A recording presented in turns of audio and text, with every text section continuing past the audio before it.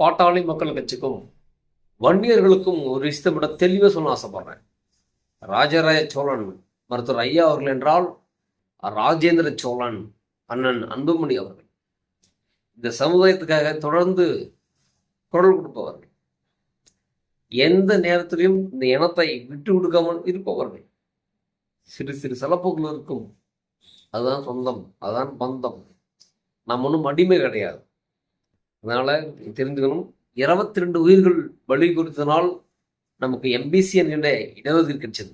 மற்றபடி எப்படியாவது காமராஜர்கிட்ட ஆட்சி பிடிக்கணும், நாமளும் முதலமைச்சர் ஆகணும், இந்த தமிழ்நாட்டு மக்களை எழுச்சி வாங்க அப்படின்னு சொல்லிட்டு காமராஜர் அவர்களை தவறாக பேசி தவறாக சித்தரித்து அவர்களிடம் ஆட்சியை பிடுங்கி இந்த தமிழ்நாட்டை கொள்ளையடிச்சு சுரண்டி தின்னுகின்ற கூட்டம் திராவிட கூட்டம் இது இல்லை, உழைக்கின்ற கூட்டம்.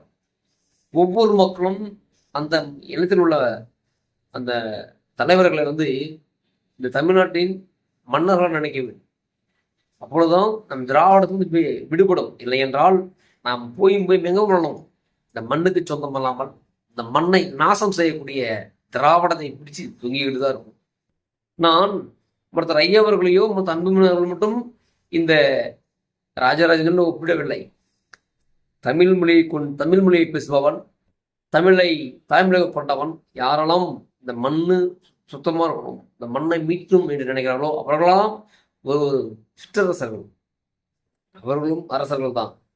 நான் ஏன் அன்புமணி அண்ணா அவர்களையும் ஐயா ராமதாஸ் அவர்களையும் ராஜராஜன் சோழோடு ஒப்பிட்டேன் என்றால், இன்றைக்கு தமிழ் குடியில் பிறந்து தமிழ் குடியில் கட்சி வளர்த்து கொண்டிருக்கக்கூடிய ஐயா ராமதாஸ் பின்னாடி அதிகமான மக்கள் தொகை இருப்பதனால், தொண்டர்கள் இருப்பதால் அவரை ராஜராஜ சோழன் என்று நான் அழைத்தேன். ஒருவேளை மாற்று சமுதாயத்திலேயோ மாற்று குடியிலேயோ அந்த மாதிரி நிலை இருந்தால் அவர்களும் ராஜராஜ சோழன் தான் என்று சொன்னேன். அதனால தான் அவர்களை சிற்றரசன் சொன்னேன்.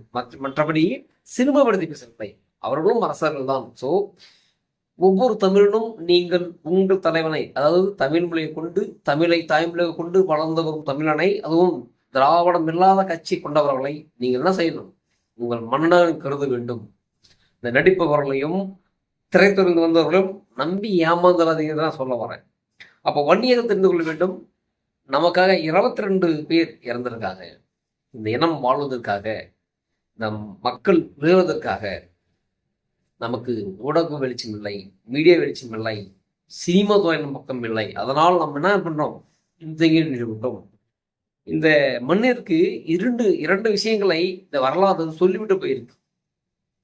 அதாவது நம்ம அடிமைக்கு முன்பு, அதாவது கிறிஸ்தவ பேரரசும் இஸ்லாமிய பேரரசும் நம்மளை அடிமையாக்குறதுக்கு முன்பு இங்க தமிழன் ஆண்டு கொண்டதான். அவர்கள் போன பிறகும் தமிழன் ஆண்டால் எப்படி இருக்கும் என்பதற்கு சிறந்த உதாரணம் தான் ஐயா கக்கன் அவர்களும் ஐயா காமராஜர் அவர்களும். ஐயா காமராஜன் அவர்கள் நாடார் சமூகத்தை சேர்ந்தவர், கக்கன் அவர்கள் பாறையில் சமூகத்தை சேர்ந்தவர். இவர்கள் இருவரும் இந்த வரலாறு, இந்த நாட்டை ஆண்ட பிறகு அவர்களுக்கு பின்னாடி வந்தவர்கள் யாரும் மாறவில்லை. அந்த ஆண்ட கட்சிகளை சொல்லுது, நாங்கள் ஆட்சிக்கு வந்தால் காமராஜர் ஆட்சி கொடுக்கும் சொன்னாங்க தவிர எங்க அப்பா கலைஞர் ஆட்சி தரேன்னு சொல்லல, எங்க ஜெயலலிதா ஆட்சி தரேன்னு சொல்லல, நாங்கள் எம்ஜிஆர் ஆட்சி தரேன்னு சொல்லல. 2 கட்சிகளும் என்ன சொன்னாங்க? நாங்கள் ஆட்சிக்கு வந்தால் காமராஜர் ஆட்சி கொடுக்கிறோம் என்று சொன்னாங்க. அப்போ திராவிடம் என்பது ஏமாற்று, திராவிடம் பொய் என்பதை அன்றைக்கே நிரூபித்து விட்டு சென்றிருக்கிறார்கள் இந்த தலைவர்கள். அதன் பிறகு வந்த தமிழர்கள் நாம் கண் விழித்துக் கொள்ள வேண்டும். எந்த நாட்டில் மேல் சாதியின் கீழ் சாதி ஒன்னா இருக்காது, நாங்கள் வந்தால் தான் இந்த சமூகத்தை காப்பாற்ற முடியும்னு சொல்லி பொய் சொன்ன இந்த திராவிடத்திற்கு அன்றைக்கு செருப்போல் அடிச்சிருக்காங்க இந்த தமிழர்கள். அப்போ ஒரு நாடாரால், தமிழ் சமுதாயத்தால் நாட்டை ஆள முடியும், ஒரு பறை சமூகத்தால் இந்த நாட்டை ஆள முடியும். இந்த நேர்மையை எங்களால் செய்ய முடியும்னு சொல்லி ஆண்டுட்டு நம்ம சான்றை கையில கொடுத்துட்டு போயிருக்காங்க. அப்போ நம்ம என்ன பண்றோம்?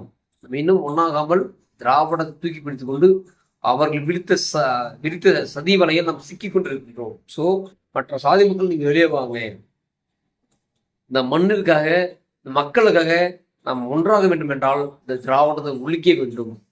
அதெல்லாம் சொல்றேன், குறிப்பா வன்னியர் சொல்றேன். உன் இனத்தின் தலைவன் ராஜராஜ சோழன், உன் இனத்தின் இளவரசன் ராஜேந்திர சோழன் அன்புமணி அவர்கள். அதனால நாம் பாமக பின்னாடி பயணிப்பது பெரும் சந்தோஷம், பெரும் பாக்கியம்.